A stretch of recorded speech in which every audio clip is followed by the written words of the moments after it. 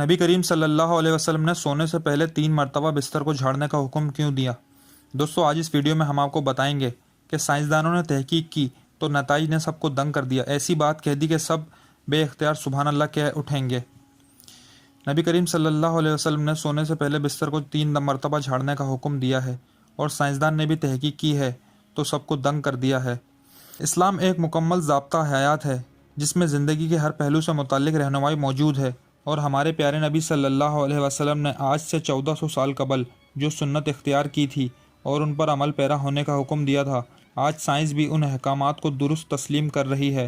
प्यारे नबी सल्लल्लाहु अलैहि वसल्लम ने जहाँ सोने से कबल बावज़ू होने का हुक्म दिया तो वहीं नमाज से कबल दांतों को साफ़ करने का हुक्म भी मौजूद है और साइंस कहती है कि ऐसा करने से इंसान दांतों की बीमारियों के साथ साथ दिल की और मैदे की महलिक बीमारियों से भी महफूज रहता है। नबी करीम सल्लल्लाहु अलैहि वसल्लम के अहकामात और सुन्नत से ये साबित है कि सोने से कबल अपने बिस्तर को 3 बार झाड़ लेना चाहिए। बज़ाहिर तो ऐसा नज़र आता है कि उस हुक्म का मकसद बिस्तर पर कीड़े मकोड़े या किसी और नुकसानदा चीज़ को साफ़ करना है, लेकिन साइंसी तहकीक में ऐसा होशरुबा इंकिशाफ हुआ है कि आप भी दंग रह जाएंगे और बेइख्तियार सुबहान अल्लाह कह उठेंगे। इस तरह नबी करीम सल्लल्लाहु अलैहि वसल्लम ने 1400 साल पहले ही अपनी उम्मत को बचाव की तदबीर बता दी थीं। साइंस की तहकीक के मुताबिक इंसानी जिस्म में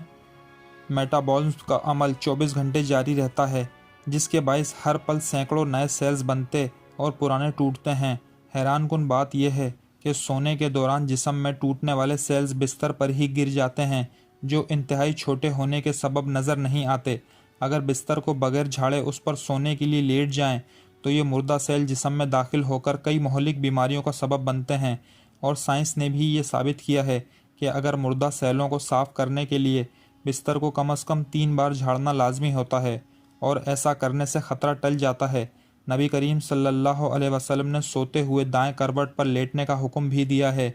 और इस ज़मन में साइंस का हुक्म यह है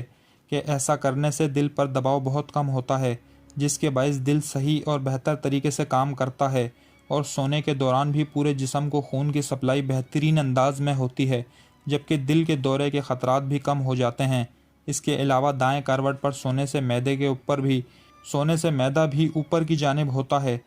और उसमें रात में खाई जाने वाली ग़िज़ा को हज़म करने में आसानी होती है। रात सोने के दौरान मैदे में मौजूद ग़िज़ा अच्छी तरह हज़म होती है, जिसके बायस इंसान बेदार होने पर ख़ुद को तरोताज़ा महसूस करता है और तेज़ाबियत भी नहीं होती। दोस्तों, वीडियो को लाइक करके चैनल को सब्सक्राइब करना ना भूलें और सुन्नत भरे पैगाम को आगे दोस्तों तक पहुँचाएँ।